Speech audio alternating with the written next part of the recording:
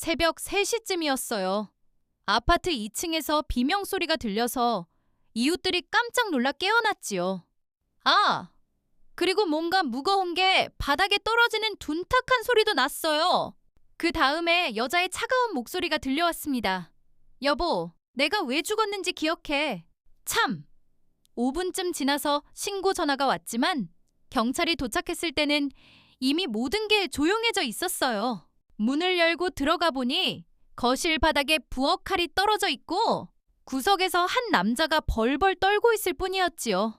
그 남자는 계속 중얼거렸어요. 미안해. 정말 미안해. 내가 잘못했어. 하지만 그 칼을 들고 있던 사람은 어디에도 없었어요. 글쎄, 정확히 말하면 그 사람은 5년 전에 이미 죽은 사람이었어요. 그날 밤 그 집에서 무슨 일이 있었을까요? 평범해 보이던 그 남자에게 숨겨진 비밀이 뭐였을까요? 이준호는 그날도 평범한 하루를 보내고 있었어요. 45살, 건설회사에서 15년째 일하는 평범한 회사원이었지요. 저녁 8시에 야근을 마치고 지하철로 집에 가는 길에 스마트폰 게임을 하고 있었어요. 집에 도착해서 현관문을 열자 익숙한 고요함이 그를 맞았어요. 5년 전부터 계속된 이 조용함에 이미 익숙해졌지요. 냉장고에서 맥주 한 캔을 꺼내 소파에 앉아 텔레비전을 켰어요. 오늘 밤 기온이 영하 5도까지 떨어지겠습니다. 외출할 때 따뜻하게 입으세요. 날씨 예보를 들으며 준호는 문득 5년 전 그 무렵을 떠올렸어요. 그때도 이렇게 추운 겨울이었지요. 아내 미영이가 마지막으로 집에 있던 그날도요. 준호는 고개를 저으며 그런 생각을 떨쳐냈어요. 이미 지난 일을 계속 생각해봐야 달라질 게 없으니까요. 맥주를 한 모금 마시고 채널을 돌렸어요. 시계는 밤 10시를 가리키고 있었어요. 평소보다 일찍 잠자리에 들려고 텔레비전을 끄고 일어났어요. 그런데 바로 그 순간이었어요. 똑똑 현관문을 두드리는 소리가 들렸지요. 이 시간에 누가 올 리가 없는데 준호는 고개를 갸웃했어요. 택배도 아니고 이웃도 아니고 친구들도 미리 연락 없이 오지 않는데요? 누구세요? 대답이 없었어요. 하지만 노크 소리는 계속됐어요. 똑똑똑똑 리듬 있게요. 마치 약속된 신호처럼요.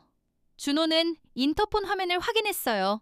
하지만 화면에는 아무것도 보이지 않았어요. 카메라 앞에 아무도 없는 것 같았지요. 이상하네. 그가 중얼거렸을 때 갑자기 노크 소리가 멈췄어요. 준호는 잠시 귀를 기울였지만 복도에서는 더 이상 소리가 들리지 않았어요. 혹시 장난인가?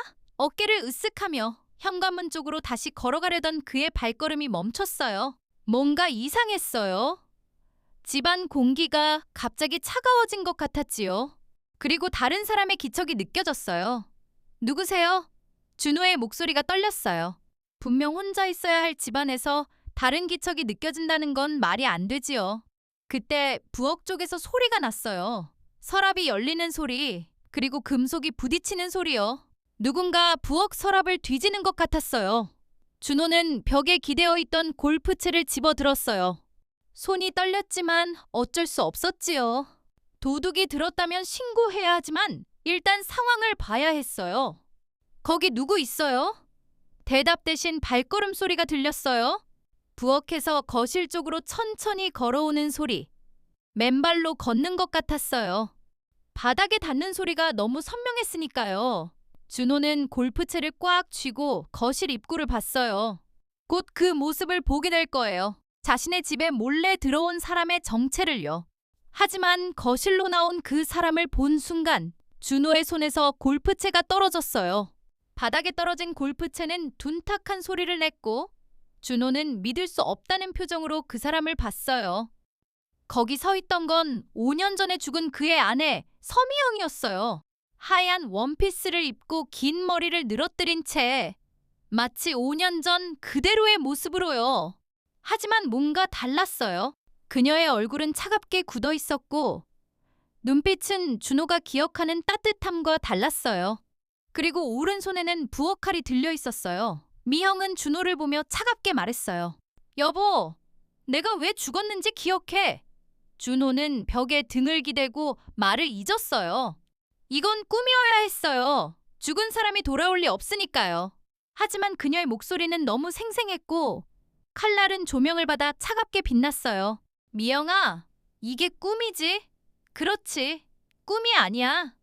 여보, 나 정말로 돌아왔어.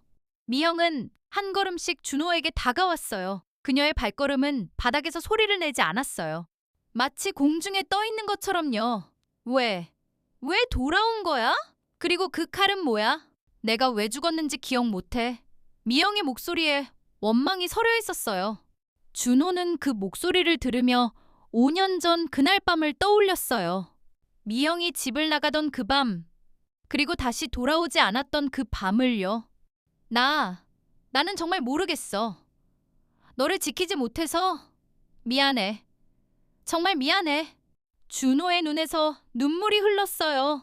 5년 동안 가슴에 묻어둔 죄책감이 한꺼번에 터져나왔지요. 미형은 칼든 손을 천천히 들어 올렸어요. 미안하다고 해결되는 줄 알아. 준호는 소파 뒤로 몸을 숨기며 떨리는 목소리로 말했어요. 미영아, 진정해. 우리 이야기해보자. 그 칼 좀 내려놔. 하지만 미영은 표정을 바꾸지 않았어요.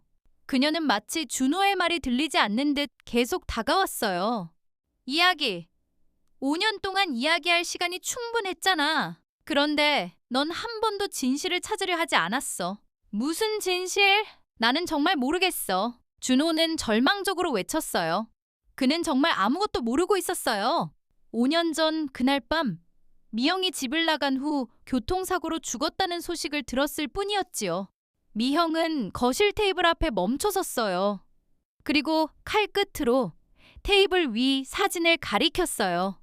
그들의 결혼 사진이었어요. 이 사진 속 우리는 행복해 보이지. 그럼 우리는 행복했어. 정말. 그럼 내가 왜 그날 밤 집을 나갔을까? 준호는 말문이 막혔어요. 사실 그날 밤 그들은 크게 싸웠어요. 사소한 일로 시작된 말다툼이 점점 커져서 미영이 화를 내며 집을 나가버렸지요. 그리고 그것이 마지막이었어요. 우리가 싸웠잖아. 하지만 그건 정말 사소한 일이었어. 내가 죽을 만큼 큰 일이 아니었다고. 미영의 눈에서 차가운 빛이 번뜩였어요. 사소한 일. 정말 그렇게 생각해. 준호는 그날 밤을 떠올려 봤어요. 미영이 늦게 들어온 것 때문에 시작된 다툼이었어요. 회사 회식이 늦게 끝났다는 미영의 말을 준호는 믿지 않았어요. 요즘 미영이 자주 늦게 들어오고 핸드폰을 자주 확인하는 게 수상했기 때문이지요. 너 요즘 이상해. 대체 누구랑 만나고 다니는 거야? 그때 준호가 했던 말이 떠올랐어요. 미영은 그 말에 크게 상처받은 표정을 지었어요. 당신은 나를 믿지 않는구나. 결혼한 지 3년이나 됐는데도. 믿고 싶어도 요즘 내 행동이 너무 수상해서. 수상하다고? 내가 바람 피운다는 뜻이야. 그 말에 준호는 대답하지 못했어요. 사실 그런 의심을 하고 있었으니까요. 미형은 실망한 표정으로 고개를 저었어요. 이렇게 의심받으며 살 바에는 차라리 나가는 게 나아. 그리고 미형은 코트를 입고 집을 나갔어요. 준호는 그녀를 붙잡지 않았어요. 화가 나 있었고 미형이 먼저 사과하고 돌아올 거라고 생각했기 때문이지요. 하지만 미형은 돌아오지 않았어요. 다음 날 아침 경찰로부터 교통사고 소식을 들을 때까지요. 기억났어. 미형의 목소리가 준호의 회상을 깨트렸어요. 준호는 눈물을 흘리며 고개를 끄덕였어요. 기억나? 내가 너를 의심했어. 바람 피운다고 생각했어. 미안해. 정말 미안해. 의심한 게 잘못이 아니야. 미영이 말했어요. 그 말에 준호는 고개를 들었어요. 그럼 뭐가 잘못된 거야? 넌 진실을 알려고 하지 않았어. 내가 죽은 후에도. 무슨 말이야? 무슨 진실? 미영은 칼을 들어 올리며 차갑게 웃었어요. 내가 정말로 바람을 피웠는지 아니면 다른 이유가 있었는지 넌 알려고 하지 않았어. 그냥 나를 의심한 자신을 자책하며 살았을 뿐이야. 준호는 할 말을 찾지 못했어요. 미영의 말이 맞았어요. 그는 미영이 죽은 후 그녀를 의심했던 자신을 자책하며 살았을 뿐. 실제로 그날 밤 무슨 일이 있었는지 알아보려 하지 않았어요. 나는 너무 무서웠어. 진실을 아는 게 무서워. 뭐가 무서웠는데 내가 정말로 다른 남자와. 준호는 말을 끝내지 못했어요. 미영은 고개를 저었어요. 여전히 모르는구나. 내가 왜 죽었는지. 그럼 교통사고가 아니었다는 거야. 미영은 대답하지 않았어요. 대신 그녀는 벽에 걸린 달력을 가리켰어요. 오늘 날짜에는 빨간 펜으로 동그라미가 그어져 있었어요. 오늘이 내가 죽은 지 정확히 5년째 되는 날이야. 준호는 달력을 보며 깨달았어요. 정말로 오늘이 미영의 기일이었어요. 그런데 이상했어요. 그 동그라미는 자신이 그은 게 아니었는데 어떻게 거기에 있는 걸까요? 누가 저 동그라미를 그었어? 중요한 건 그게 아니야. 중요한 건 오늘 밤 내가 진실을 알게 될 거라는 거. 미영은 한 걸음 더 다가왔어요. 이제 그들 사이 거리는 불과 2미터 정도였어요. 무슨 진실? 제발 말해줘. 나는 정말 모르겠어. 스스로 찾아야 해. 그날 밤 내가 어디에 갔는지, 누구를 만났는지, 그리고 왜 죽었는지 어떻게 찾아? 벌써 5년이나 지났는데? 미영은 미소를 지었어요. 하지만 그 미소는 따뜻하지 않았어요. 태수한테 물어봐. 아, 태수, 김태수 말이야. 김태수는 준호의 대학 동기이자 절친한 친구였어요. 미영이 죽었을 때 장례식에도 와주었고 그 후로도 가끔 준호를 챙겨주곤 했지요. 태수가 뭘 알아? 모든 걸 알고 있어. 하지만 너한테는 말하지 않았지. 준호는 이해할 수 없었어요. 태수가 미형의 죽음에 대해 뭔가 알고 있다면서 왜 말해주지 않았을까요? 왜 말해주지 않았을까? 그건 네가 직접 물어봐야지. 미영은 칼을 내려놓으며 말했어요. 시간을 줄게. 내일 밤까지 진실을 찾아내지 못하면. 그녀는 말을 끝내지 않았어요. 하지만 그 뒤에 이어질 말이 뭔지 준호는 알 수 있었어요. 그럼 넌 어디 가는 거야? 걱정 마. 멀리 가지 않아. 내가 진실을 찾을 때까지 계속 지켜보고 있을 거야. 미형은 부엌 쪽으로 걸어갔어요. 그리고 문득 뒤를 돌아보며 말했어요. 참, 하나 더 조심해. 나를 죽인 사람이 이번에는 너를 노리고 있을지도 모르니까. 그 말을 남기고 미영은 부엌으로 사라졌어요. 준호는 급히 따라갔지만 부엌에는 아무도 없었어요. 마치 처음부터 없었던 것처럼요. 하지만 싱크대 위에는 아까 미영이 들고 있던 부엌 칼이 놓여 있었어요. 그리고 그 옆에는 작은 쪽지가 하나 있었지요. 태수의 진실을 찾아라. 준호는 쪽지를 들고 한동안 멍하니 서 있었어요. 이 모든 게 꿈이었으면 좋겠지만 손에 든 쪽지는 너무 생생했어요. 그는 핸드폰을 꺼내 태수의 번호를 찾았어요. 하지만 전화를 걸기 전에 잠시 망설였어요. 새벽 4시에 전화하기엔 너무 늦었어요. 아니, 그게 문제가 아니었어요. 정말 문제는 태수가 미영의 죽음에 대해 뭔가 숨기고 있다는 사실이었지요. 그리고 준호는 그 진실이 뭔지 두려웠어요. 다음 날 아침, 준호는 한숨도 자지 못한 채 회사에 나갔어요. 어젯밤 일이 꿈이었기를 바랐지만 주머니 속 쪽지가 현실임을 증명했어요. 점심시간이 되자 준호는 태수에게 전화를 걸었어요. 평소라면 가벼운 안부로 시작했겠지만 오늘은 달랐어요. 태수야, 시간 있어. 만나서 이야기 좀 해야겠어. 전화기 너머로 태수의 목소리가 들렸어요. 평소보다 조금 딱딱한 것 같았어요. 준호야, 갑자기 무슨 일이야? 목소리가 이상한데? 전화로는 말하기 어려워. 카페에서 만날까? 응. 오늘은 좀 바빠서. 내일은 어때? 태수가 만남을 미루려 한다는 게 이상했어요. 평소 태수는 준호가 연락하면 언제든 시간을 내주는 친구였어요. 태수야, 미영이 관한 이야기야. 전화기 너머가 잠시 조용해졌어요. 그리고 태수의 목소리가 다시 들렸을 때 톤이 달라졌어요. 미영이가 왜 갑자기? 오늘이 미영이 기일이잖아. 5년째. 아, 그렇구나.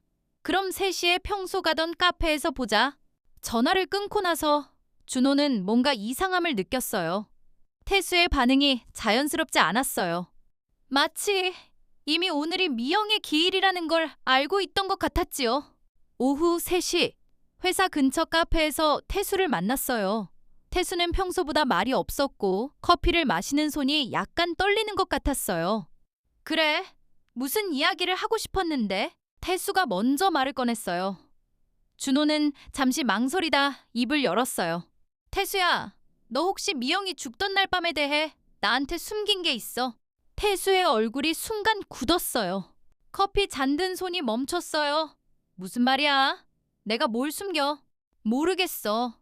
그냥 느낌이야. 뭔가 나한테 말하지 않은 게 있는 것 같아서. 태수는 커피를 한 모금 마시고 고개를 저었어요. 준호야, 너 요즘 스트레스 너무 받는 거 아니야? 미영이 일로 아직도 자책하고 있지. 그게 아니야. 어젯밤에 준호는 말을 멈췄어요. 어젯밤 미영을 봤다고 말하면 태수가 자신을 이상하게 볼 게 분명했어요. 어젯밤에 뭐? 아니야. 그냥 미영이 생각이 많이 나서 그날 밤에 대해 다시 생각해보게 됐어. 태수는 안도하는 표정을 지었어요. 하지만 그 표정을 본 준호는 확신했어요. 태수가 뭔가 숨기고 있다는 걸요. 태수야, 솔직히 말해줘.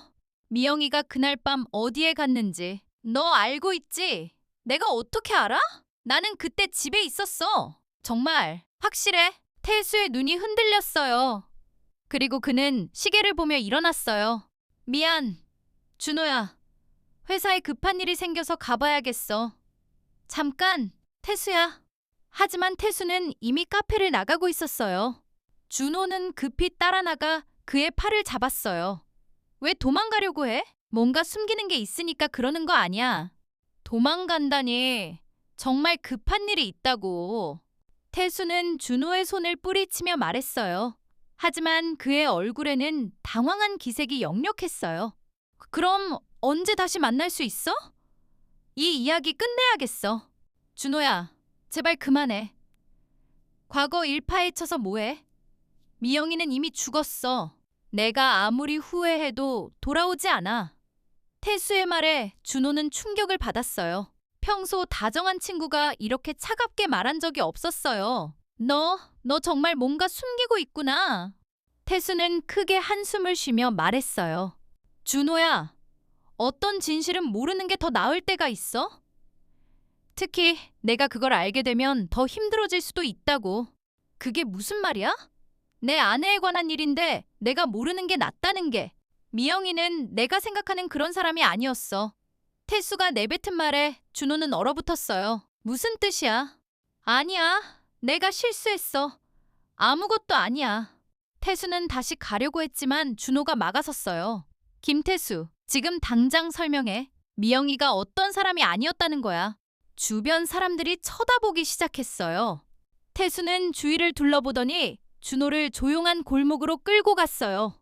준호야, 정말 알고 싶어. 정말로. 그럼. 태수는 잠시 고민하더니 입을 열었어요. 미영이는 그날 밤 나를 만나러 나간 거야. 준호는 믿을 수 없다는 표정으로 태수를 봤어요. 너를 왜? 그건 말하기 어려워. 말해. 왜 우리가 싸우던 날 밤에 미영이가 너를 만나러 갔어? 태수는 땀을 흘리며 말했어요. 미영이가 내게 말하지 못한 비밀이 있었어. 그리고 그 비밀 때문에 나한테 도움을 요청했던 거야. 무슨 비밀? 미영이는 누군가에게 협박을 받고 있었어. 준호는 그 말에 충격을 받았어요. 미영이가 협박을 받고 있었다니. 그런 일이 있었다면 왜 자신에게 말하지 않았을까요? 누구한테 왜? 그건 나도 정확히 몰라. 미영이가 자세히 말해주지 않았거든. 다만 누군가 미영이의 과거에 대해 알고 있는 것 같았어. 미영이 과거, 무슨 과거? 태수는 고개를 저었어요. 그것까지는 나도 몰라. 미영이가 말해주지 않았어. 다만 그 사람이 계속 돈을 요구하고 있었다는 것만 알아. 준호는 머리가 복잡해졌어요. 미영이가 돈을 요구받고 있었다는 것. 그리고 그것 때문에 태수에게 도움을 요청했다는 것. 모든 게 새로웠어요. 그럼 그날 밤에 미영이가 너를 만난 이유는 마지막으로 도움을 요청하려고 했던 것 같아. 하지만 태수는 말을 멈췄어요. 하지만 미영이가 약속 장소에 나타나지 않았어. 1시간 기다렸는데도. 그럼 그 시간에 사고가 난 거야. 태수는 고개를 끄덕였어요. 아마 그런 것 같아. 나한테 오던 중에. 준호는 분노가 치밀었어요. 그럼 왜 그때 말하지 않았어? 경찰한테도 나한테도 말할 수 없었어. 미영이가 마지막에 나한테 부탁했거든. 절대 너한테는 말하지 말라고. 왜? 왜 나한테 말하지 말라고 했어? 태수는 괴로운 표정을 지었어요. 내가 자책할까 봐. 미영이는 내가 자신을 의심한 것에 화가 나긴 했지만 그래도 널 사랑했어. 그래서 너까지 이 일에 끼어들어 고통받는 걸 원하지 않았던 거야. 준호는 무릎이 꺾이는 것 같았어요. 미영이가 혼자서 그 모든 고통을 견디려 했다는 것, 그리고 자신은 그것도 모르고 의심만 했다는 거요. 그럼 미영이를 협박한 사람은 그 사람이 미영이를 죽인 거야. 태수는 고개를 저었어요. 그건 몰라. 정말로 사고였을 수도 있고 아니면 미영이가 스스로. 태수는 끝까지 말하지 못했어요. 하지만 준호는 그의 말뜻을 알 수 있었어요. 설마 미영이가 스스로 목숨을. 모르겠어. 정말 모르겠어. 그냥 추측일 뿐이야. 준호는 한동안 말을 하지 못했어요. 미영이가 그렇게 힘들어했다는 것, 그리고 자신은 그것을 전혀 눈치채지 못했다는 게 너무 가슴 아팠어요. 태수야, 그 협박범에 대해 더 자세히 아는 거 없어? 태수는 잠시 망설이더니 말했어요. 한 가지만 더 말해줄게. 미영이가 마지막에 한 말이 있어. 뭐라고 했어? 조심하라고? 그 사람이 이번에는 너를 노릴 수도 있다고. 준호는 온몸에 소름이 돋았어요. 어젯밤 미영이 했던 말과 똑같았지요. 태수야, 혹시 그 협박범이 누군지 짐작이라도 가는 사람이 있어? 태수는 고개를 저으며 시계를 봤어요. 정말 모르겠어. 그리고 준호야, 부탁인데 이 일은 더 이상 파헤치지 마. 위험할 수도 있어. 그 말을 남기고 태수는 떠났어요. 준호는 혼자 골목에 서서 모든 것을 정리해보려 했어요. 미영이가 협박을 받고 있었다는 것, 그날 밤 태수를 만나려 했다는 것, 그리고 자신이 위험에 처할 수도 있다는 것. 하지만 여전히 의문은 남아있었어요. 미영이를 협박한 사람은 누구일까요? 그리고 정말로 그 사람이 이번에는 자신을 노리고 있는 걸까요? 준호는 주머니에서 어젯밤 미영이 남긴 쪽지를 꺼내봤어요. 태수의 진실을 찾아라라고 쓰여 있었어요. 태수의 진실은 일부 알아냈어요. 하지만 아직 모르는 게 많았어요. 그리고 준호는 느낄 수 있었어요. 태수가 아직도 뭔가 더 숨기고 있다는 걸요. 그날 밤 집에 돌아온 준호는 미영의 유품이 담긴 상자를 꺼냈어요. 5년 동안 한 번도 열어보지 않았던 상자였어요. 너무 아파서 볼 수 없었거든요. 상자 안에는 미형의 일기장, 사진들, 그리고 몇 가지 개인 물품들이 들어있었어요. 준호는 떨리는 손으로 일기장을 꺼냈어요. 혹시 협박에 관한 내용이 있을지도 모른다는 생각에서였어요. 일기장을 펼쳐보니 미영의 단정한 글씨가 눈에 들어왔어요. 마지막 페이지부터 거꾸로 읽어보기 시작했어요. 오늘도 그 사람에게서 전화가 왔다. 이제 정말 한계다. 준호에게는 절대 말할 수 없고 태수도 더 이상 도와줄 수 없다고 한다. 어떻게 해야 할까? 준호의 손이 떨렸어요. 정말로 미영이 누군가에게 협박을 받고 있었던 거예요. 며칠 앞의 일기를 더 읽어봤어요. 500만 원을 더 요구했다. 도대체 언제까지 이런 식으로 살아야 하는 건가? 준호가 의심의 눈초리로 나를 보는 것도 견디기 힘든데 태수에게 돈을 빌렸지만 이것도 한계가 있다. 그 사람은 계속 더 많은 돈을 요구할 것 같다. 준호는 일기를 더 앞으로 넘겨 몇 개월 전 기록을 찾아봤어요. 그때 일을 들킨 게 정말 바보 같았다. 하지만 어쩔 수 없었잖아.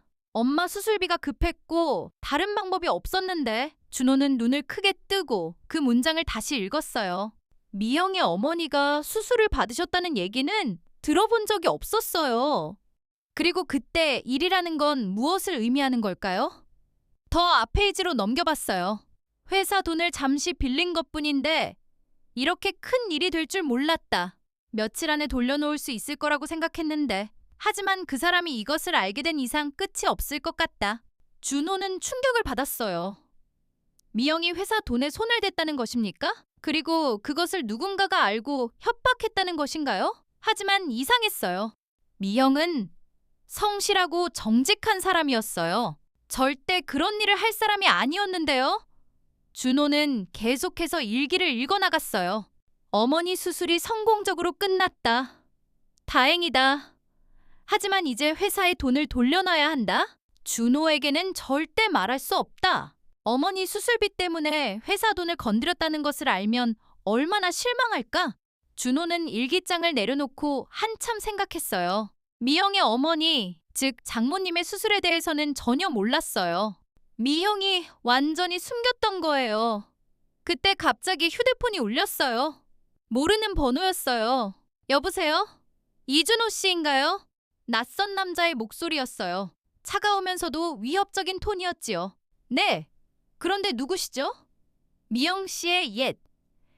태수 씨와 만나셨다면서요. 준호는 온몸에 소름이 돋았어요. 어떻게 자신이 태수와 만난 걸 알고 있는 걸까요? 누구십니까? 어떻게 제가 태수와 만난 걸 아세요? 그건 중요하지 않습니다. 중요한 것은 이준호 씨가 너무 깊이 파고들고 있다는 것입니다. 미영 씨처럼 되고 싶지 않으시면 더 이상 캐묻지 마시고요. 전화가 끊어졌어요. 준호는 한동안 휴대폰을 들고 멍하니 서 있었어요. 미형을 협박했던 그 사람이 이번에는 자신에게 전화를 한 거예요. 하지만 동시에 의문이 들었어요. 왜 지금까지 조용히 있다가 갑자기 나타난 걸까요? 자신이 태수와 만난 후에요. 준호는 다시 미영의 일기를 펼쳤어요. 혹시 그 협박범에 대한 더 구체적인 정보가 있을지도 모른다는 생각에서였어요. 몇 페이지를 넘기다가 한 줄이 눈에 띄었어요. K가 또 돈을 요구했다. 이번에는 1,000만 원이다. 도대체 언제까지 이뤄야 하는 건가? K. 협박범의 이니셜인 것 같았어요. 하지만 K로 시작하는 이름이 너무 많았어요. 그때 문득 떠오르는 사람이 있었어요. 태수의 성도 김이었어요. 하지만 설마 태수가 아니야. 태수는 미영을 도와주려 했던 사람인데 협박 범일 리 없었어요. 준호는 일기장을 더 자세히 읽어봤어요. K가 말하기를 이 일이 알려지면 준호의 직장에도 영향이 있을 거라고 한다. 그래서 더욱 무서웠다. 나 하나 망치는 건 괜찮지만 준호까지 피해를 보면 안 된다. 준호는 가슴이 답답해졌어요. 미영이 자신을 보호하려고 그 모든 고통을 혼자 견디는 걸 알 수 있었어요. 그런데 갑자기 현관문에서 소리가 났어요. 열쇠로 문을 여는 소리였어요. 하지만 이 집 열쇠를 가진 사람은 없었어요. 준호는 조용히 거실 조명을 끄고 부엌으로 몸을 숨겼어요. 혹시 협박범이 직접 찾아온 걸까요? 현관문이 열리고 발걸음 소리가 들렸어요. 한 사람이 아니라 2사람인 것 같았어요. 확실해. 여기가 맞아. 응, 맞아. 이준호가 사는 곳이야. 목소리가 들렸어요. 둘 다 남자 목소리였어요. 준호는 휴대폰을 꺼내 경찰에 신고하려 했어요. 하지만 그때 2번째 목소리가 다시 들렸어요. 그런데 정말 이렇게 해도 되는 거야. 준호는 아무것도 모르는데 그 목소리를 들은 순간 준호는 경악했어요. 김태수의 목소리였어요. 모르는 게 아니야. 이미 너무 많이 알아버렸어. 그리고 미영의 일기까지 찾아봤을 거야. 첫 번째 목소리의 주인은 누구일까요? 그리고 태수가 왜 이런 사람과 함께 자신의 집에 들어온 걸까요? 하지만 준호는 내 친구야. 이렇게 할 수는 없어. 친구, 너 때문에 미영이 죽었다는 걸 잊었나? 준호는 그 말에 충격을 받았어요. 태수 때문에 미영이 죽었다고요. 그건 내가 의도한 게 아니었어. 그냥 조금만 도와달라고 한 건데? 조금. 내가 미영한테서 받아낸 돈이 얼마인지 알아? 그리고 그 돈으로 내가 뭘 했는지도 알고 있어. 준호는 믿을 수 없었어요. 태수가 미영에게서 돈을 받았다는 것입니까? 나는 정말 급했어. 사업이 망해가고 있었고 다른 방법이 없었어. 그래서 친구 아내를 이용한 거지. 미영이 회사 돈에 손대게 만들고 그걸 빌미로 협박한 거고. 준호는 온몸이 떨렸어요. 태수가 미영을 협박한 것입니까? 그 K가 바로 김태수였던 것인가요? 협박이 아니야. 그냥 도움을 요청한 거였어. 도움. 미영이 자살할 정도로 괴로워했는데 자살이 아니야. 사고였어. 사고. 정말 그렇게 생각해? 미영이 그날 밤 너를 만나러 가다가 일부러 그런 거 아닐까? 2사람의 대화를 들으며 준호는 모든 것을 이해했어요. 태수가 미영을 협박했고 미영은 그것을 견디지 못해 스스로 목숨을 끊었던 거예요. 아니면 최소한 자포자기한 상태에서 사고를 당한 것이고요. 그만해. 더 이상 듣고 싶지 않아. 준호가 부엌에서 뛰쳐나왔어요. 거실에는 태수와 모르는 남자가 서 있었어요. 태수는 준호를 보자 얼굴이 새하얗게 됐어요. 준호야, 이건. 태수야, 내가 미영이를 협박한 거야. 내가 K였던 거야. 준호의 목소리는 분노로 떨렸어요. 가장 믿었던 친구가 자신의 아내를 죽음으로 몰고 간 거예요. 모르는 남자가 입을 열었어요. 이준호 씨, 진정하세요. 사실 저희가 온 이유는 당신은 누구죠? 태수와 무슨 관계인가요? 저는 사립탐정입니다. 태수 씨가 의뢰해서 이 사건을 조사하고 있었습니다. 준호는 혼란스러웠어요. 사립탐정, 무슨 사건을 조사한다는 거죠? 탐정이 태수를 봤어요. 태수는 고개를 떨구고 있었어요. 이준호 씨, 사실 태수 씨도 협박을 받고 있었습니다. 진짜 협박범이 따로 있어요. 준호는 사립탐정의 말에 더욱 혼란스러워졌어요. 태수도 협박을 받고 있었다고요? 그럼 미영이 일기에 쓴 K는 누구란 말인가요? 사립탐정은 가방에서 몇 장의 사진을 꺼냈어요. 이준호 씨, 이 사진들을 보세요. 첫 번째 사진에는 미영이 어떤 남자와 카페에서 만나고 있는 모습이 찍혀 있었어요. 그 남자의 얼굴은 선명하지 않았지만 확실히 태수는 아니었어요. 이 남자가 누구죠? 강민호라는 사람입니다. 미영 씨의 전 직장 상사였어요. 준호는 그 이름을 처음 들었어요. 미영이 결혼 전에 다녔던 회사 얘기는 가끔 했지만 강민호라는 이름은 한 번도 언급한 적이 없었어요. 태수가 고개를 들며 떨리는 목소리로 말했어요. 준호야, 내가 모든 걸 말할게. 정말 미안해. 뭘 말하려는 거야? 강민호는 미영이 예전에 다녔던 회사에서 미영이를 성추행했던 사람이야. 준호는 그 말에 충격을 받았어요. 성추행. 사립탐정이 설명을 이어갔어요. 미영 씨는 그때 강민호의 성추행을 견디지 못해 회사를 그만뒀습니다. 하지만 강민호는 그것으로 끝나지 않았어요. 계속해서 미영 씨를 따라다녔어요. 그런 일이 있었다면 왜 미영이가 나한테 말하지 않았을까요? 태수가 대답했어요. 미영이는 내가 그 일을 알면 강민호를 찾아가서 문제를 일으킬까봐 걱정했어. 너도 알잖아. 내가 얼마나 의리가 강한지. 준호는 자신의 성격을 생각해봤어요. 정말로 그런 일을 알았다면 강민호를 찾아가서 문제를 일으켰을 것 같았어요. 그럼 강민호가 미영이를 협박한 거군요. 사립탐정이 고개를 끄덕였어요. 강민호는 미영 씨가 결혼한 후에도 계속 연락했습니다. 처음에는 단순한 따라다니기였지만 나중에는 돈을 요구하기 시작했어요. 무슨 명목으로요? 미영 씨가 회사를 그만둘 때 회사 비밀을 가져간 걸 빌미로 했습니다. 물론 미영 씨는 그런 걸 가져가지 않았지만 강민호가 조작한 증거들이 있었거든요. 준호는 분노가 치밀었어요. 그런 비겁한 방법으로 미영을 괴롭혔다니. 그럼 미영이가 회사 돈에 손댄 것도 강민호가 요구한 돈을 마련하기 위해서였어요. 미영 씨는 다른 방법이 없었어요. 태수가 괴로운 표정으로 말했어요. 나도 그때 강민호한테 협박받고 있었어. 내 사업 자금을 대출받을 때 서류를 조작한 걸 들켰거든. 강민호가 그것을 알고 나한테도 돈을 요구했어. 그럼 너도 피해자였던 거야. 맞아. 하지만 나는 미영이만큼 견디지 못했어. 그래서 미영이한테 도움을 요청했고 그게 미영이를 더 힘들게 만들었어. 준호는 모든 상황을 이해하기 시작했어요. 태수와 미영이 모두 강민호에게 협박받고 있었고 서로 도우려다가 더 큰 문제에 빠진 거였어요. 그럼 미영이가 그날 밤 태수를 만나려고 한 이유는 사립탐정이 답했어요. 강민호가 더 큰 돈을 요구했거든요. 2천만 원을. 미영 씨 혼자서는 감당할 수 없는 금액이었습니다. 그래서 나한테 마지막으로 도움을 요청하려고 했던 거야. 태수의 목소리에 눈물이 섞여 있었어요. 미영이는 약속 장소에 나타나지 않았어. 나는 1시간 기다렸지만 그 시간에 사고가 난 거군요. 사립탐정이 고개를 끄덕였어요. 네. 하지만 그게 정말 사고였는지는 의문입니다. 무슨 뜻이에요? 강민호가 미영 씨를 계속 따라다니고 있었거든요. 그날 밤에도 마찬가지였을 거예요.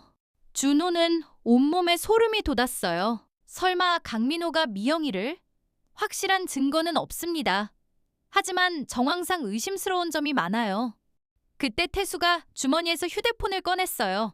준호야, 사실 오늘 강민호한테서 연락이 왔어. 너 뭐라고 했어? 너를 조용히 시키라고. 더 이상 과거 일을 파헤치지 못하게 하라고. 준호는 오늘 받았던 협박 전화를 떠올렸어요. 그럼 오늘 나한테 전화한 사람도 강민호였겠군. 사립탐정이 고개를 끄덕였어요. 강민호는 이준호 씨가 진실에 가까워지는 것을 두려워하고 있습니다. 왜요? 미영이는 이미 죽었는데. 강민호가 진짜 두려워하는 것은 자신의 범죄가 드러나는 겁니다. 성추행, 협박, 그리고 만약 미영 씨의 죽음에 개입했다면 살인까지. 준호는 주먹을 꽉 쥐었어요. 그럼 지금 강민호는 어디에 있어요? 그것을 찾고 있는 중입니다. 강민호는 매우 조심스럽게 행동하고 있어요. 태수가 말했어요. 준호야, 우리가 여기 온 이유는 너를 보호하기 위해서야. 강민호가 직접 나타날 수도 있어. 보호! 나는 미영이처럼 당하고만 있을 생각 없어. 준호는 일어서며 말했어요. 강민호를 찾아야 해.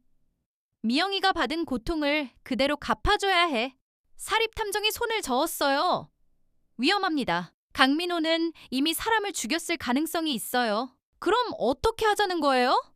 계속 숨어만 살려고요. 그때 갑자기 현관문에서 소리가 났어요. 누군가 문을 따려고 하는 소리였어요. 세 사람은 조용히 했어요. 사립탐정이 준호에게 속삭였어요. 뒤쪽 창문으로 나가세요. 제가 시간을 벌어드릴게요.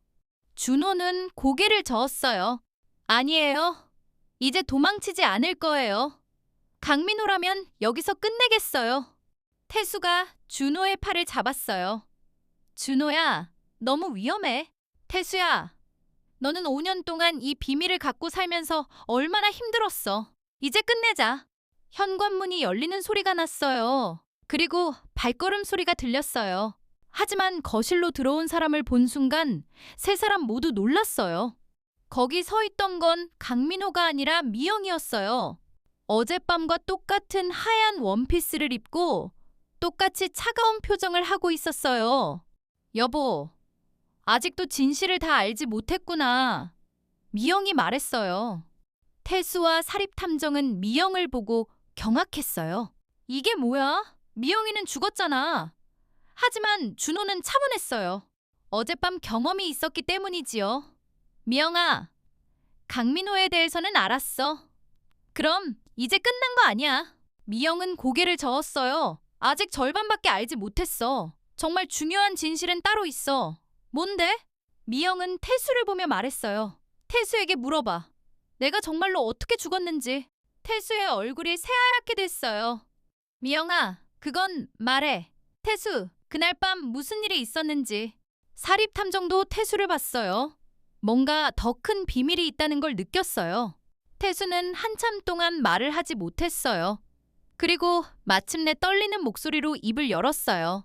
준호야, 미안해. 나는 그날 밤 미영이를 구하려고 했어. 하지만 뭐? 내가 실수를 했어. 미영이 차갑게 웃었어요. 실수, 그게 실수였다고 생각해. 준호는 두 사람의 대화를 들으며 불안해졌어요. 뭔가 더 큰 진실이 숨어 있다는 걸 느꼈어요. 태수야, 대체 무슨 일이 있었던 거야? 태수는 고개를 떨구고 한참 말을 하지 못했어요. 그의 손이 떨리고 이마에 식은땀이 맺혀 있었어요. 태수야, 대체 무슨 일이었는지 말해줘. 준호가 다시 재촉했어요. 태수는 마침내 고개를 들고 떨리는 목소리로 말하기 시작했어요. 그날 밤 미영이는 약속 시간에 나타나지 않았어. 나는 1시간 기다렸지만 오지 않았어. 그건 이미 들었어. 하지만 그게 끝이 아니었어. 나는 걱정이 되어서 미영이를 찾으러 나갔어. 사립탐정이 놀란 표정으로 태수를 봤어요. 이 이야기는 처음 듣는 거였어요. 찾으러 나갔다고? 응. 미영이가 집에서 나온 길목을 따라 찾아다녔어. 그리고 미영이를 찾았어. 준호의 가슴이 두근거렸어요. 어디서? 한강 다리 위에서. 태수의 목소리가 더욱 떨렸어요. 미영이는 다리 난간에 서 있었어. 준호는 그 말의 의미를 이해하고 경악했어요. 설마. 그래. 미영이는 스스로 목숨을 끊으려고 하고 있었어. 미영이 차갑게 말했어요. 그때 내가 날 말렸지. 태수가 고개를 끄덕였어요. 나는 미영이를 말렸어. 미영아, 안 돼. 준호가 얼마나 널 사랑하는데라고 외쳤지. 그럼 미영이가 마음을 바꾼 거야. 준호가 희망적으로 물었어요. 하지만 태수는 고개를 저었어요. 미영이는 나를 보고 웃었어. 그런데 그 웃음이 너무 슬펐어. 미영이 그때 상황을 떠올리며 말했어요. 나는 태수에게 말했어. 고마워, 태수야. 하지만 이제 끝이야. 더 이상 준호에게 피해를 주고 싶지 않아. 태수가 계속 이야기했어요. 나는 미영이를 말리려고 다가갔어. 그리고 미영이의 손을 잡으려고 했어. 그런데 내가 실수를 했어. 태수의 목소리가 울먹였어요. 나는 미영이를 구하려고 손을 뻗었는데 미영이가 놀라서 뒤로 물러섰어. 그리고 태수는 더 이상 말을 잇지 못했어요. 미영이 대신 말했어요. 나는 발을 헛디뎠어. 태수가 갑자기 나타나서 놀란 나머지 준호는 온몸이 얼어붙는 것 같았어요. 그럼 사고였던 거야. 맞아. 하지만 태수는 그것을 자신의 잘못이라고 생각하고 있어. 미영이 태수를 보며 말했어요. 태수가 눈물을 흘리며 말했어요. 내가 더 조심스럽게 접근했어야 했는데 미영이를 놀라게 하지 말았어야 했는데. 태수야. 준호는 할 말을 찾지 못했어요. 태수가 5년 동안 이런 죄책감을 안고 살았다는 걸 생각하니 가슴이 아팠어요. 사립탐정이 말했어요. 그럼 교통사고라고 발표된 것은? 태수가 대답했어요. 미영이가 다리에서 떨어진 후 지나가던 트럭에 치였어. 운전기사는 갑자기 나타난 사람을 피하지 못했다고 했어. 그럼 왜 진실을 말하지 않았어요? 누가 믿어줄 것 같아. 내가 미영이를 구하려고 했다고? 오히려 내가 미영이를 밀었다고 의심받을 수도 있었어. 미영이 고개를 끄덕였어요. 태수는 잘못이 없어. 오히려 나를 구하려고 했던 거야. 준호는 모든 진실을 알게 된 지금 복잡한 감정에 휩싸였어요. 미영이가 스스로 목숨을 끊으려 했다는 것, 태수가 그것을 막으려 했다는 것, 그리고 그 과정에서 일어난 비극적인 사고요. 미영아, 왜 나한테 말하지 않았어? 왜 혼자서 그 모든 고통을 견디려고 했어? 미영이 준호를 보며 말했어요. 당신에게 말하면 당신도 괴로워할 거라고 생각했어. 강민호 같은 사람 때문에 당신까지 피해를 보는 건 싫었어. 그래도 함께 해결할 수 있었을 텐데. 정말 강민호가 당신 회사에까지 연락해서 당신을 해고시키려고 했을 때도 준호는 그런 일이 있었다는 걸 처음 알았어요. 강민호가 내 회사에. 태수가 설명했어요. 강민호는 미영이뿐만 아니라 너까지 망가뜨리려고 했어. 너를 회사에서 쫓아내고 사회적으로 매장시키려고. 왜 그런 짓을? 미영이가 자신의 성추행을 거부했으니까. 그리고 자신을 신고하려고 했으니까. 미영이 말했어요. 나는 당신을 지키고 싶었어. 그래서 혼자서 모든 걸 감당하려고 했던 거야. 준호는 눈물을 흘렸어요. 미영이 자신을 보호하려고 그 모든 고통을 혼자 견디는 걸 알게 되니 가슴이 터질 것 같았어요. 미영아, 미안해. 내가 널 의심했어. 바람 피운다고 생각했어. 알고 있어. 이해해. 내가 너무 많은 걸 숨겼으니까. 그때 사립탐정이 입을 열었어요. 그런데 한 가지 이상한 점이 있습니다. 뭐가요? 강민호가 지금까지 왜 조용히 있었을까요? 미영 씨가 죽은 후에는 더 이상 협박할 이유가 없었을 텐데. 태수가 대답했어요. 강민호는 미영이가 죽기 전에 자신에 대한 증거들을 모아두었다는 걸 알았어. 그리고 그것이 언젠가 드러날까봐 두려워하고 있어. 무슨 증거들이요? 미영이 말했어요. 녹음 파일들, 문자 메시지들, 그리고 강민호가 보낸 협박 편지들. 모든 걸 증거로 남겨뒀어. 그럼 그 증거들은 지금 어디에? 안전한 곳에 보관해뒀어. 언젠가 필요할 때를 위해서. 준호는 미영이를 봤어요. 미영아, 그럼 너는 왜 나한테 나타난 거야? 복수하려고. 미영이 고개를 저었어요. 복수가 아니야. 보호하려고. 보호! 강민호가 이번에는 당신을 노리고 있어. 당신이 진실을 파헤치는 것을 막으려고. 사립탐정이 놀라며 말했어요. 그럼 이준호 씨가 위험하다는 말씀인가요? 미영이 고개를 끄덕였어요. 강민호는 이미 움직이고 있어. 오늘 밤 이곳으로 올 거야. 뭐라고? 태수가 경악했어요. 그럼 우리 당장 여기서 나가야 해. 하지만 미영이 손을 저었어요. 늦었어. 이미 집 주위를 포위했을 거야. 그 말과 함께 창문 밖에서 인기척이 들렸어요. 누군가 집 주변을 돌고 있는 것 같았어요. 준호는 미영을 봤어요. 미영아, 그럼 넌 어떻게 여기에 나타날 수 있는 거야? 미영이 슬픈 미소를 지었어요. 사랑하는 사람을 지키려는 마음은 죽음보다도 강해. 그리고 나는 아직 할 일이 남았어. 무슨 일? 강민호를 막는 일. 그리고 당신에게 진실을 모두 말해주는 일. 미영이 준호에게 다가왔어요. 여보, 사실 내가 아직 말하지 않은 게 하나 더 있어. 미영이 잠시 망설이더니 입을 열었어요. 나는 당신의 아이를 가지고 있었어. 준호는 미영의 마지막 말에 온몸이 얼어붙었어요. 아, 아이를, 우리 아이를. 미영이 고개를 끄덕였어요. 임신 3개월째였어. 강민호의 협박 때문에 당신에게 말할 수 없었어. 준호는 무릎이 꺾이는 것 같았어요. 미영이 혼자서 임신의 기쁨도 협박의 공포도 모든 걸 견디는 게 너무 가슴 아팠어요. 왜 말하지 않았어?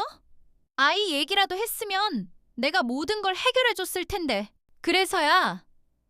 당신이 알면 무슨 일이라도 할 거라는 걸 알고 있었어? 강민호 같은 사람을 상대로 무리를 할까봐 무서웠어. 태수도 충격받은 표정이었어요. 미영아, 나도 몰랐어. 그걸 알았다면 어쨌을 거야? 더 위험한 일을 했겠지. 미영이 슬픈 미소를 지었어요. 나는 우리 아이를 지키고 싶었어. 그리고 당신도 지키고 싶었어. 그때 갑자기 현관문이 힘차게 열렸어요. 문을 따는 소리도 없이 열쇠로 문을 연 것처럼요. 위협적인 발걸음이 현관에서 들려왔어요. 이준호, 나와. 굵고 거친 남자 목소리가 집안에 울려 퍼졌어요. 사립탐정이 준호에게 속삭였어요. 강민호입니다. 미영이 준호 앞을 가로막으며 섰어요. 당신은 뒤로 물러서 있어. 미영아, 위험해. 하지만 미영은 흔들리지 않았어요. 그녀의 손에는 어느새 부엌칼이 들려 있었어요. 강민호가 거실로 들어왔어요. 키가 크고 건장한 40대 후반의 남자였어요. 그의 얼굴에는 차가운 분노가 서려 있었어요. 5년 만이구나. 강민호는 미영을 보고 잠시 당황한 기색을 보였어요. 이상하게 죽은 사람이 여기 왜 서 있지? 하지만 곧 비웃으며 말했어요. 아, 분장인가? 아니면 미영이와 닮은 사람을 고용한 건가? 미영이 차갑게 답했어요. 강민호, 5년 동안 잘 지냈어. 강민호는 미영의 목소리를 듣고 얼굴이 새하얗게 됐어요. 이건 말이 안 돼. 내가 내 죽는 걸 직접 봤는데. 직접 봤다고. 준호가 분노하며 일어났어요.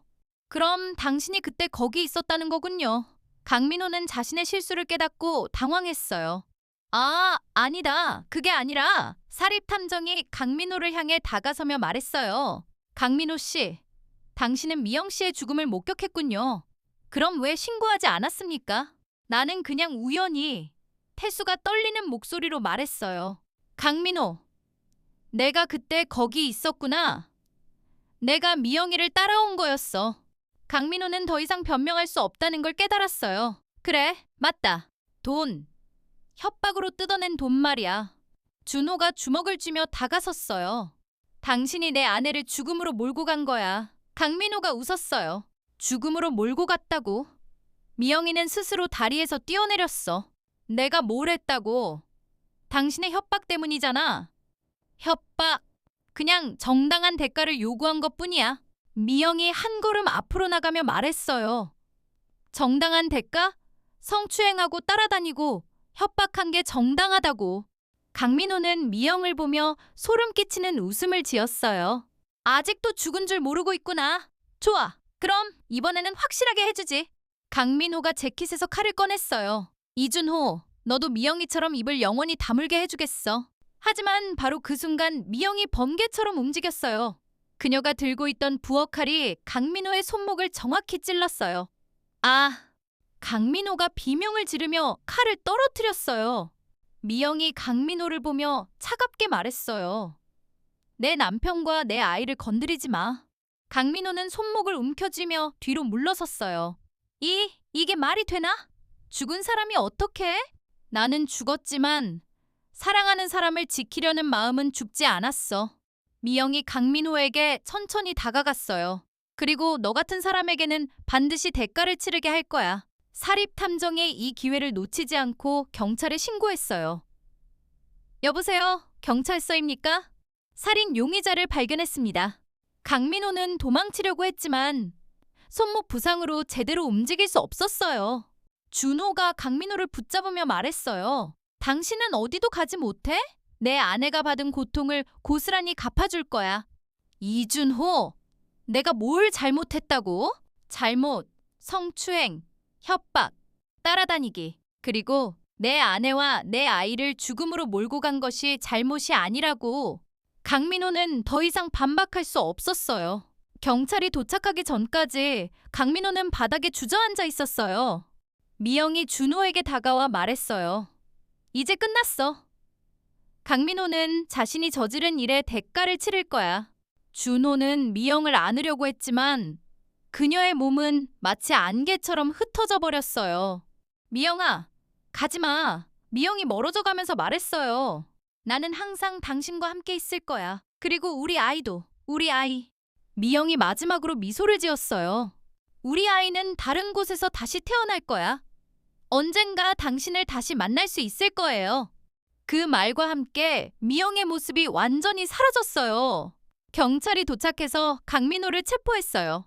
그리고 미영이 남겨둔 모든 증거들이 발견됐어요. 녹음 파일, 문자 메시지, 협박 편지들. 강민호의 모든 범죄를 입증할 수 있는 완벽한 증거들이었지요. 태수는 준호에게 깊이 사과했어요. 준호야, 정말 미안해. 5년 동안 이 비밀을 혼자 안고 살았어야 했는데. 괜찮아. 태수야, 너도 피해자였잖아. 둘은 서로를 안으며 5년간의 오해와 아픔을 털어냈어요. 사립탐정이 말했어요.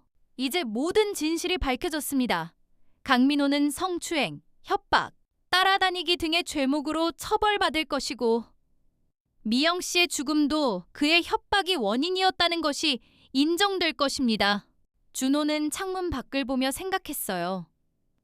미영이 마지막에 한 말을 떠올리며 그 말이 단순한 위로가 아니라 진짜 약속처럼 느껴졌어요. 몇 개월 후 강민호는 실형을 선고받았어요. 그리고 준호는 미영을 위한 작은 추모비를 세웠어요. 사랑하는 아내 서미영과 우리의 아이에게. 그 비석 앞에서 준호는 매주 미영과 아이에게 안부를 전했어요.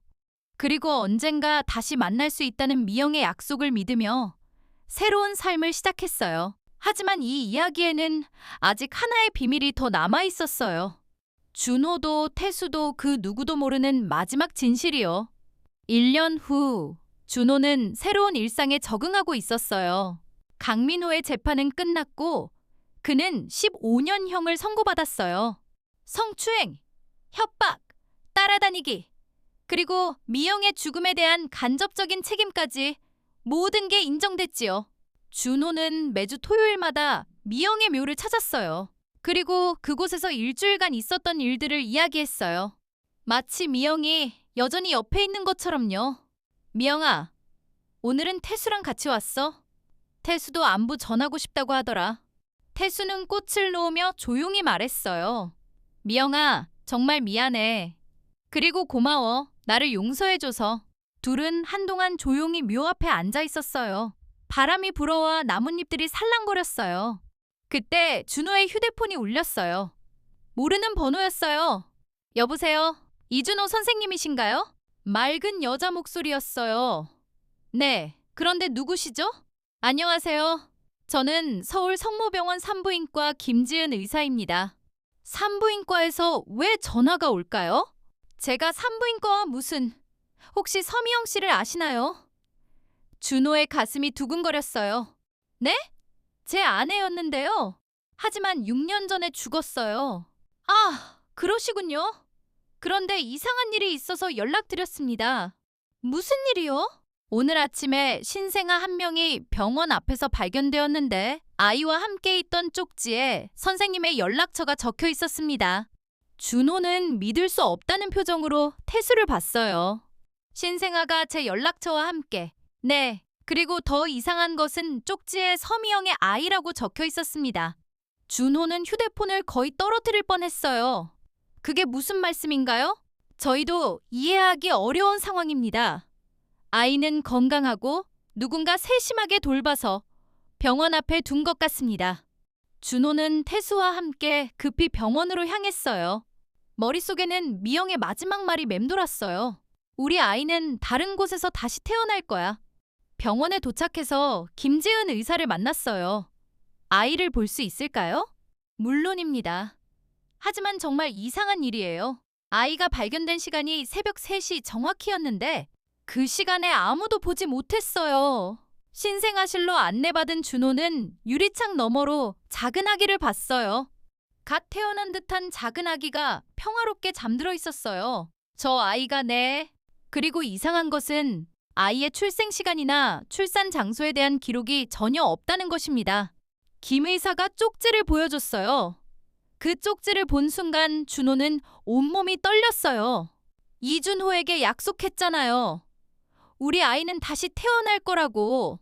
이 아이를 잘 부탁해요. 미형. 그 글씨는 분명히 미영의 글씨였어요. 태수도 쪽지를 보고 경악했어요. 준호야, 이게 어떻게 가능한 거야? 김 의사가 설명했어요. 의학적으로는 설명할 수 없는 일이에요. 하지만 아이는 분명히 존재하고 건강해요. 준호는 아기를 보며 눈물을 흘렸어요. 그 작은 얼굴에서 미영의 모습이 보이는 것 같았어요. 아이를 제가 키울 수 있을까요? 물론입니다. 법적인 절차는 필요하지만 쪽지에 명시되어 있고 다른 보호자도 없으니까요.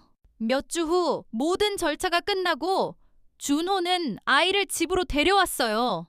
아이의 이름은 서미영의 미와 이준호의 준을 따서 준미라고 지었어요. 집에서 아이를 돌보는 첫날 밤, 신기한 일이 일어났어요. 아이가 울기 시작했을 때 갑자기 집안 공기가 따뜻해졌어요. 그리고 아이는 마치 누군가 달래주는 것처럼 금세 잠들었어요. 준호는 그 순간 미영의 존재를 느꼈어요. 미영아, 고마워. 정말 고마워. 그날 밤 꿈에서 준호는 미영을 만났어요. 미영은 하얀 드레스를 입고 환하게 웃고 있었어요. 여보, 약속 지켰지? 어떻게 이런 일이 가능해?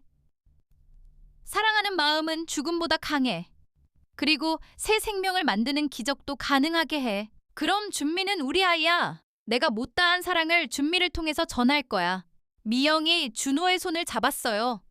하지만 이제 나는 정말로 가야 해. 이제 안심이야. 가지 마, 미영아. 나는 항상 준미 곁에 있을 거야. 그리고 당신 마음속에도. 미영이 점점 멀어져 갔어요. 준미를 잘 키워줘. 그리고 행복하게 살아. 준호가 깨어났을 때는 아침이었어요. 옆에서 준미가 평화롭게 잠들어 있었어요. 그리고 준호는 깨달았어요. 이 모든 일이 미영이 마지막으로 준 선물이라는 걸, 자신이 혼자가 아니라는 걸 알려주고 새로운 희망을 주려고 한 것이라는 걸요. 몇 년이 지났어요. 준미는 건강하게 자랐고 때때로 아무도 없는 곳을 보며 웃거나 손을 흔들곤 했어요. 준호는 그때마다 미영이 준미와 함께 있다는 걸 느꼈어요. 준미가 5살이 되던 해 처음으로 미영에 대해 물어봤어요. 아빠, 엄마는 어디에 있어요? 준호는 준미를 무릎에 앉히고 조심스럽게 말했어요. 엄마는 하늘나라에 있어. 하지만 항상 준미와 아빠를 지켜보고 있어. 하늘에서 뭐해요?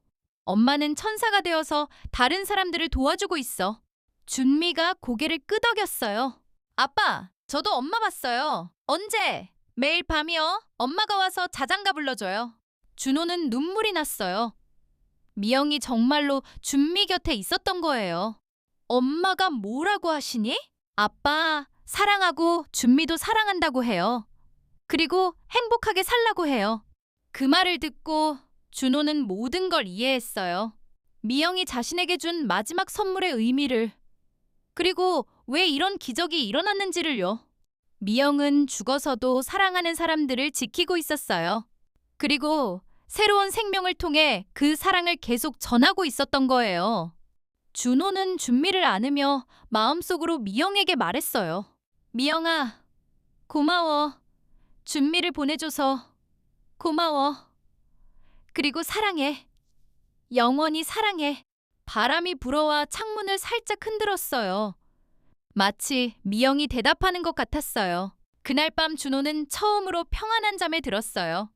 죄책감도 그리움도 외로움도 없는 진정한 평안이었어요. 미영이 마지막으로 원했던 것. 준호가 행복하게 사는 것이 이제야 가능해진 거예요. 그리고 준미는 매일 밤 엄마의 자장가를 들으며 자랐어요. 세상에서 가장 사랑받는 아이로요. 이것이 바로 죽음보다 강한 사랑이 만들어낸 기적이었어요.